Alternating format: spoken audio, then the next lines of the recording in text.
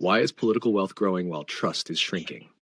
When political power mixes with weak guardrails, money and influence quietly pile up, often at the exact moment public trust and opportunity fall behind. Picture this. You start a new job. You're a politician. Your salary is public. Everyone knows exactly what you earn. 4 years later, your net worth has tripled, maybe quadrupled, or grown even more exponentially. Not because of a raise, not because of a second job. So the question hangs in the air. How did that happen? This isn't a conspiracy. It's not a fairy tale either. Something real is happening in modern politics, and understanding it changes how we see power, promises, and trust. When power meets weak rules, money follows, and accountability often doesn't. Let's set the scene. Most elected officials earn salaries consistent with upper-class income levels, enough for an upper-class comfortable life. Not enough, on paper, to explain fortunes growing by millions or even billions of dollars. And yet, across countries and political systems, a pattern keeps showing up. Politicians enter office with modest wealth. They leave far more richer, and so do their families. At the same time, many voters are watching something else happen. Wages stagnate, education gets harder to afford, healthcare becomes more fragile, good-paying jobs disappear. Two lines moving in opposite directions. That tension is where our story lives. So how does political wealth actually grow? Not always through straight-out corruption or a single illegal act. That's the important part. It grows through access to information before it's public, access to powerful people, access to deals that aren't offered to regular citizens. Imagine standing near a river. You don't steal water. You just dip your cup in first every single time. That's what power does. It puts you upstream. Here's what that looks like in real life. A politician learns a new law is coming. A regulation will change. An industry will benefit or suffer. They don't need to trade stocks themselves. A spouse or a family member does. A sibling starts a company. A close friend gets a lucky opportunity. Technically legal, ethically murky, and sometimes corrupt. Meanwhile, a teacher works overtime. A nurse picks up extra shifts. A family skips vacations to stay afloat. Two worlds, same country. Wealth doesn't always come from corruption. It often comes from proximity. Now let's talk about promises. Campaigns are loud, specific, urgent. Day one, they promised immediate change, but they do nothing. They forget many of their promises as soon as they are in office. They often promise to clean up corruption.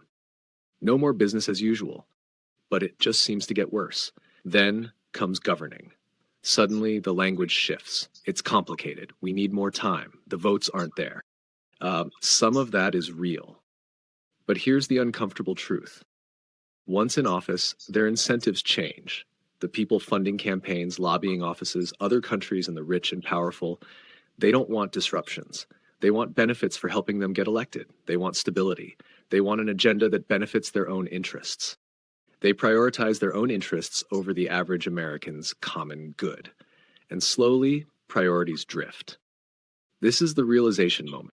Most systems don't always fail because everyone is evil. They fail because the rules quietly reward the wrong behavior.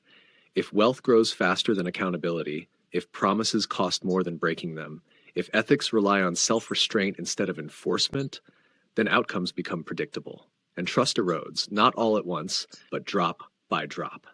Now let's be clear. Not all politicians are corrupt. Many enter office to genuinely serve. Some leave poorer than they arrived. And yes, some wealth growth comes from legitimate book deals, investments, or prior success. But researchers and watchdog groups agree on one thing. Weak regulations plus opaque finances plus revolving doors equals ethical risk. And the debate today isn't whether this exists, it's whether it's getting better or worse. With rising inequality and declining trust, many argue the gap between power and accountability is widening. Others say transparency tools are improving, but enforcement lags behind. Both can be true. Here's why this matters. When people believe the game is rigged, they stop playing, they disengage, they give up, they stop trusting institutions and each other. And that cost doesn't show up on balance sheets. It shows up in classrooms, hospitals, homes. Ethics in power isn't abstract. It shapes everyday life. So what actually changes things? Not outrage alone, not blind trust either. Change comes from stronger conflict of interest rules, transparent finances, real consequences for violations, an informed public that asks better questions. Systems improve when incentives align with integrity. Let's bring it home. Politicians don't get rich just because they're greedy. They get rich because power, without guardrails, quietly pays. And promises don't disappear because people forget them. They fade when the system rewards forgetting. This isn't about left or right, it's about rules and incentives. So here's the question to sit with. If wealth keeps rising at the top while trust keeps falling everywhere else, what kind of future does that create for the average American? And more importantly, what kind of rules or laws would it take to change that? Because power will always exist. The real choice is whether it serves the many or quietly enriches the few. And the people who helped fund the campaigns, lobbyists, and other countries, and the rich and powerful benefit. While politicians and special interests maneuver for power, it's the average American who pays the taxes and ultimately loses in this political game. Wages stagnate. Education gets harder to afford. Healthcare becomes more fragile. Good paying jobs disappear and prices keep rising.